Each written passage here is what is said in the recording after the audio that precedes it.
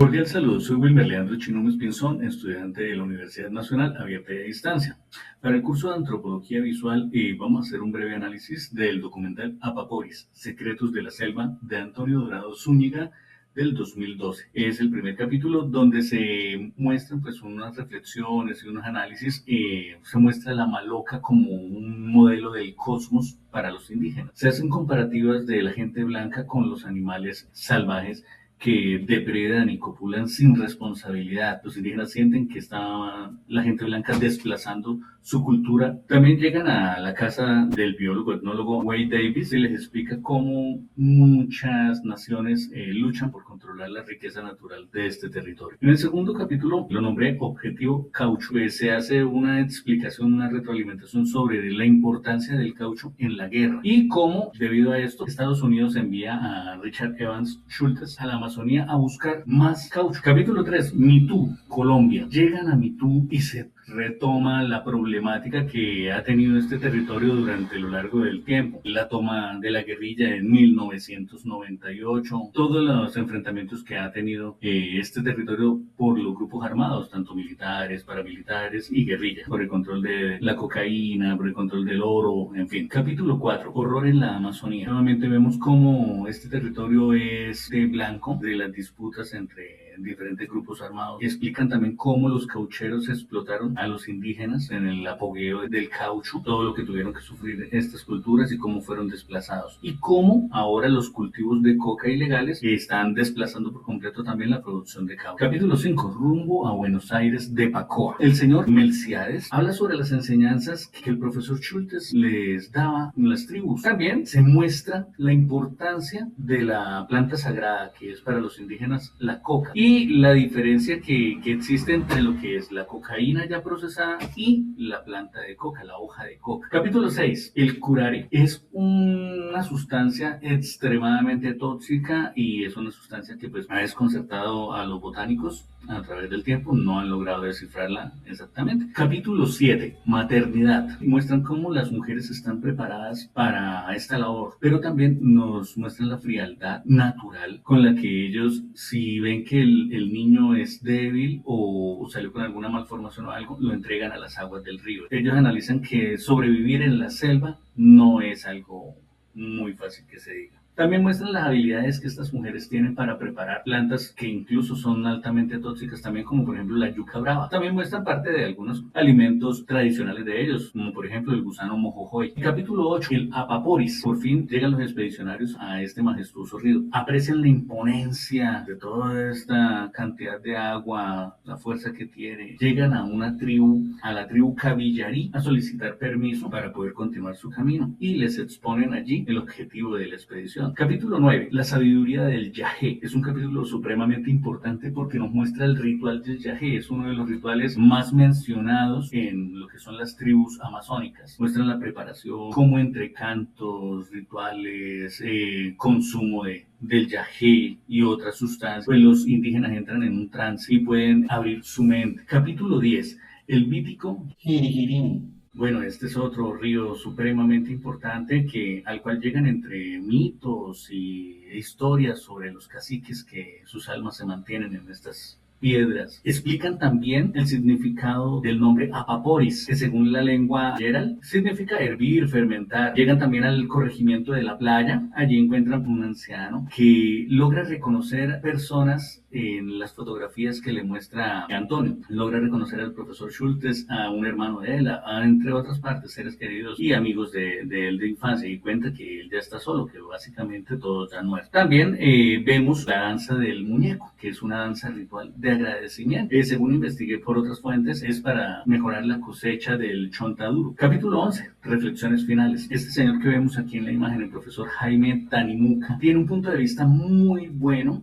con respecto a la educación, donde él estuvo estudiando en Occidente y volvió a rescatar su cultura y sus orígenes. Pero él lo que habla es que la educación no debe irse completamente hacia el lado occidental, ni tampoco al lado indígena, que hay que mezclarlas, hay que generar una dualidad ahí, donde no se pierda la una ni la otra, donde puedan mantener su cultura y sus raíces, pero también pues aprender algunas cosas de las culturas occidentales. También aparece nuevamente el señor Davis haciendo un cierre, invitando al mundo a que no hay que, digamos, desalojar estas culturas, no hay que exterminarlas, sino al contrario, darlas a conocer, permitirle al mundo que conozcan la importancia que ellos tienen para mantener el equilibrio natural. Y como un epílogo, bueno, en estas reflexiones finales ya se terminaba el documental, pero Antonio cuenta que él llegó nuevamente ya a despedirse de Gerardo, pero uno de los indígenas que lo acompañó, y este lo llevó a una cacería con el famoso curare. Ahí demuestra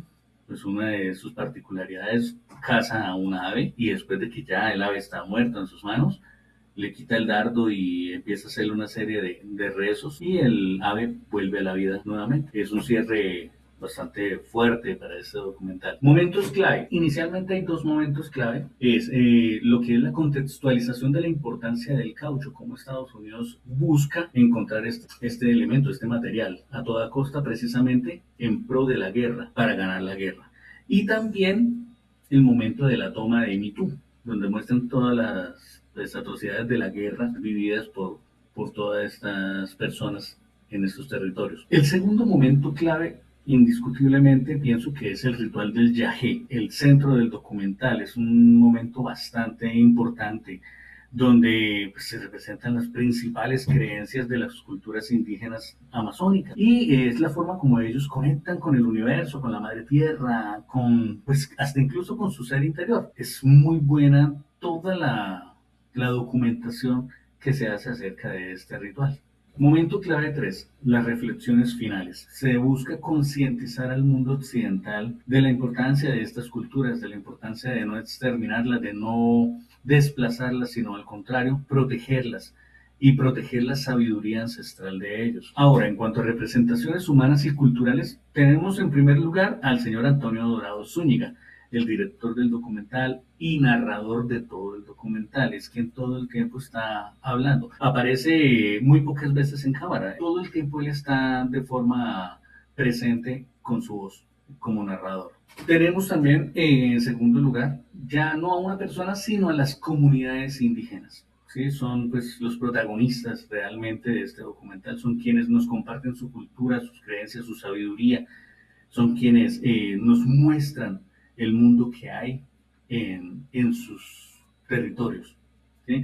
Dentro de esto, pues resalto al profesor Jaime Tanimuca, quien después de haber salido de este territorio, de sus tierras, estudió en el occidente y decidió volver nuevamente para ayudar a preservar su cultura, ayudar a mejorarla y tiene su concepción muy firme y tiene una tesis muy buena acerca de la educación. Y como representación humana también tenemos al señor Wade Davis, brinda la asesoría a Antonio desde un principio, le explica los territorios a donde van a asistir, se muestra como una autoridad en el tema antropológico y botánico. Básicamente es quien pone al tanto a Antonio de todas las enseñanzas y todo lo que dejó el profesor Schultes. Aparte, investigué, Antonio quería que Wade Davis fuese el narrador del documental, pero debido a razones de seguridad, ya que grupos armados al margen de la ley no permitían que hubiesen teléfonos satelitales ni nada en esta zona, no pudieron arriesgar al señor Wade Davis, y entonces por motivos de seguridad él no pudo ser el narrador del documental. El primer vínculo con un concepto de memoria y subjetividad.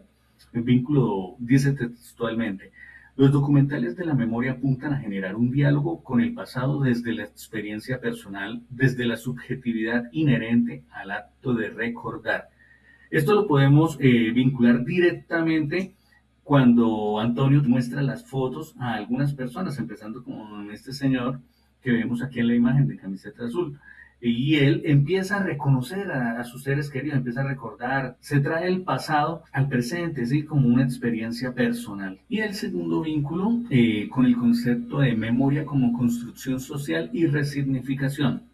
Textualmente encontramos la cita: la memoria es una construcción de prácticas individuales y sociales, es decir, la recuperación y resignificación que las personas hacemos de situaciones vividas, sentidas, experimentadas o imaginadas por nosotros mismos y por los otros. Cada vez que Antonio nos muestra un ritual o un baile de las tribus, aquí nos muestran que que esta cultura o estas creencias o estos rituales no están muertos, sino que se mantienen vivos y la resignifican cada vez que pues la hacen, nos la muestran, incluso frente a la misma lente. Muchas gracias.